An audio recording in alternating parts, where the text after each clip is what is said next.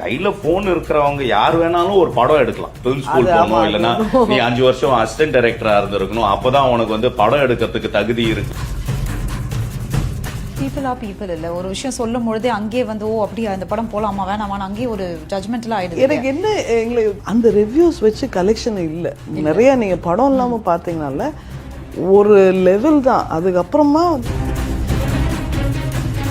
நிறைய இண்டஸ்ட்ரியில வந்து there is this opposition to இந்த யூடியூப் ரிவ்யூஸ் வந்து அந்த ஃப்ரைடே வரத பத்தி there is a lot of reviews வந்து காரி துப்பும்.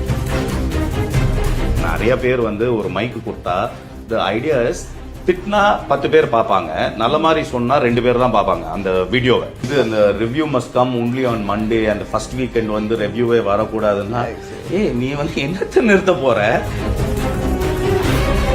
அதுல வந்து அந்த சூரசம்ஹாரம், அந்த சூரசம்ஹாரத்துக்கு அப்புறம் நடக்கிற ஒரு விஷயம். ஸோ இதுதான் வந்து மூலக்கதை.